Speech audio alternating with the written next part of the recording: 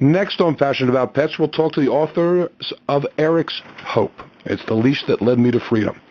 Andrea Chilcote is the woman who experienced and documented Erik's real-life love, loss, and rebirth. She credits much of her work to the lessons received from her teacher, Erik. Andrea is an author, executive coach, and leadership development expert.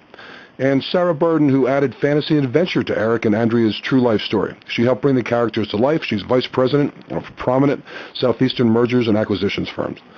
Ladies, welcome to Passionate About Pets. Thank you, Rich. We're glad to be here. Hi, Rich. Hey, so glad you joined us today. So how did you two high-powered, career-oriented women get together to write such a book that deals more with matters of the heart than matters of, let's say, the boardroom? Rich, that's what's most important right now in the boardroom, I believe. Ah, interesting. Tell me about that. Well, a life that's lived in just one side of the brain, the left brain perhaps, wasn't the life for me forever. And what I learned from my dog allowed me to become fully a human and really fully engage in life. And it's at a time right now when people are experiencing such stress in their lives, serious situations in their lives. It's not just about their work or their career. It's about their whole lives. So it's really like living a full life is what you're advocating. Let's talk a little bit about the story. Tell people just a little bit and give them a feel for it if you could, please. Well, the story is I adopted a pound dog, and I listened to the first segment of your program, and I was almost hard to hear some of the things that they were talking about. Yes. Because my first experience with that was when I adopted Erik at the pound. And throughout his entire life, while I didn't even know it, he taught me a lot of lessons. But the most important lesson happened at his death.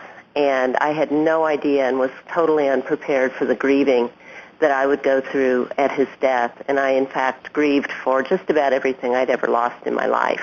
Right. And through that and through the heart connection I had with him, I learned a lot about what is important if we stay present and tune in to the emotional state that we're in, and how important it is for us to go through that process and not try to, hide it away and stuff it somewhere deep in the recesses of our hearts and minds. So what are the things that you really learned, let's say, as you work together? Let me back up. Let me get a feeling of the process that you both work together on this, and how you got together to make this happen. It's interesting. It's interesting. Andrea and I came together because about 12 years ago in a business relationship, and our relationship was totally business for about a year. I helped her sell her company. And following that, we decided we would be friends, and we became fast and furious friends. And a few years ago, she approached me and said, "I'm going to write a book, and you're going to help me." So I said, "Well, okay." And the process began. But we had a lot of fun writing it. We shed a lot of tears together.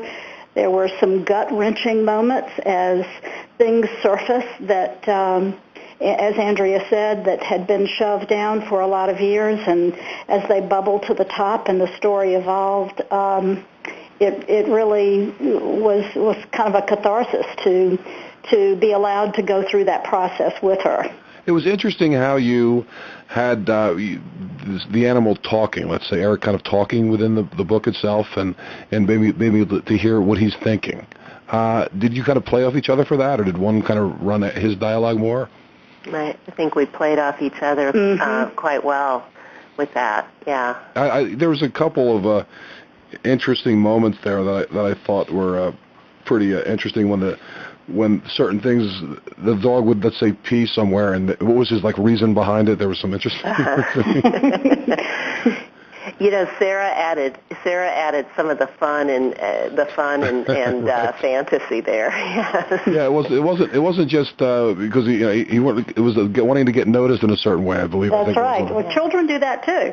They want to get noticed, and they do it in any manner they possibly can, and sometimes it's not the best manner. Let's talk about the lessons that we can learn from our animals. I mean, animal lovers know you kind of get into that space, that zen or whatever, when you're communing with an animal and you're petting them or you're close with an animal. What are some of the things past that you've learned through relationships with animals? Well, one lesson is that they can be an emotional mirror. And if you watch the animal and you watch their response to you, you can learn a lot about what's going on for you that you might miss in your busyness. So that's a big part of it. Give us an example. Give us an example of something like that. Well, I'll give you an example from my recent life with another dog that's a member of our family, Whisper. My husband just went through a serious surgery, and she's his dog, and she fretted and worried and moped and paced while he was in the hospital. And I tried to reassure her. I tried to give her treats. I tried to walk her. I tried to do everything I could do to reassure her that everything was okay. And what I knew was that I wasn't okay. And the minute that I knew he was going to be fine, she shifted. And she's my little mirror. I watch her every day for how I'm really doing. So, Sarah, do you really think, let's say, there's a spiritual connection between animals and people? Oh, we truly do. Truly believe there's a spiritual connection. I believe they come back to be with us because we need them. I mean, you have like spirit guides in this book as well. That was kind of my take on that. Is that kind of right? Yes. Yes. Let's focus on the grief aspect when you lose a pet. And I know so many of us really understand what that is, and we'll be talking in later shows about that. Later today, we're going to be talking about how animals grieve. But what about the grief aspect yourself? How have you learned from that, and how have you coped from that? And what suggestions can you give to people out there that have lost an animal? Well, I think that it's particularly powerful because of the unconditional love of the animal, number one. Number two, it's still not as socially acceptable as it could be. People are encouraged to go get another animal or get over it or get themselves together. And if there's anything on that I would like to do is help people understand that it is a loss is a loss and grieving is grieving, and it's a powerful process. And I'd say number three for me, and Sarah, you might add something to that, would be that it is a process to go through. And it is about the experience. And if you go through the experience, you will be transformed by the experience. If you don't go through it, if you avoid it, you will be stuck in it. And so that means allowing yourself the feelings that you have, the powerful feelings you have during the grieving process. And I think from the story itself, Rich, you can tell that that's exactly the process Andrea had to go through in order to release all of that deep emotional past that she had been shutting down all those years. And the animal allowed her to do that.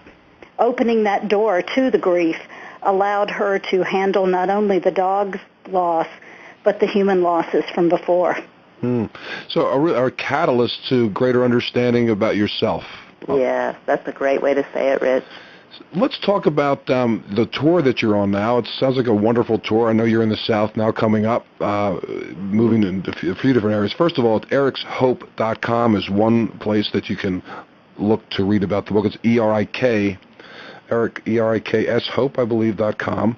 And there you can also follow you on Facebook and Twitter, of course, and find out where the book signings are. And another little concept that I thought was kind of fascinating in the book itself talks about how faith and love triumphs over fear. Let's talk about that a little bit.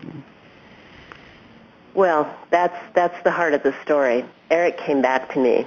And Erik came back to me as my Siberian Husky amigo, who very ironically passed away in April of this year, very sadly. Oh, and sorry to hear that. At age 12 and a half. So that's how long it's been since Erik passed. I was given a set of messages, very explicit messages, about Amigo's birth and joining our family. And I am absolutely certain that because I was willing to be so in tune and so present to what was happening, that I was able to reconnect with his spirit, with his energy. I'm not suggesting to anyone that they believe in reincarnation, because I do. God sent me another dog to have the love back in a new way, in a new form, and in a new experience. And what I find in talking to people is that many, many people have also had that experience. They just don't like to admit it or say it out loud because they're not sure anybody would believe them. Has all of this been, were you kind of geared in thinking in this direction before and it kind of evolved with this, or did this really take you by surprise, these feelings and thinking and philosophical bent? Was that triggered through your love of an animal? I had inklings before, but really the inklings were coming through the experiences I was having with the animals.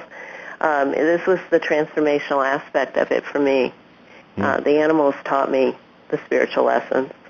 It's amazing. I mean, there's so many animal lovers out there, and there's so many horrible cases of animal abuse at the same time. It's life, It's like you have a wonderful family, and you hear about disastrous stories of people treating their family members in a horrible way. But the connection that we have with animals, for me. And then we can all wax poetically. I find it hard for me to be away from them. I mean, I don't even want to go on vacation. I want to hang out with my guys. Right. I look forward to. It's like Christmas morning when you get up in the morning. I got to feed them just looking at them. Yeah, that's your family. Yeah, it's like and a good friend of mine, a very wealthy friend of mine, once said, "They're the family members I do the least for that love me the most." So that's such very true. Isn't it true? Again, ericshope.com. We want you to check that out, and let's talk about you. It can be Amazon.com. You can order the book. You can order it on Barnes and Noble. Barnes and Noble. Now, when is this shipping? Give a feeling of when it could be pre-ordered to be a great holiday gift for animal lovers. Yeah, it's hardcovers will ship on November 28th. We do have some limited edition books available at the local signings, but to order it, they will ship out the 28th, so plenty of time for Christmas gifts. I think that's fabulous. And I bet there's another book in the works. I think you teased that at the end of this one. Oh, yes. Do you want to give us any insight into that yet? Or should we have them get the first book first? Yeah, get the first book first. But I can promise you that Amigo's life was filled with not only adventure but plenty more lessons to be shared. Wonderful. He had lots of fun things going on in his life too, and he was a runaway, very much like Erik. Yeah. That's great. Well, it's a lovely book, and it was great talking with you ladies. Andrea Chilcote, Sarah Burden. The book is Eric's Hope, ericshope.com. Look for it on Amazon, and you can check that out. And listen, thank you so much for joining us, ladies. Best of luck with your book, and love to talk with you again and let us know how it's doing. Thanks, Rich. All right, you take care now. Thank you. Bye-bye. Bye.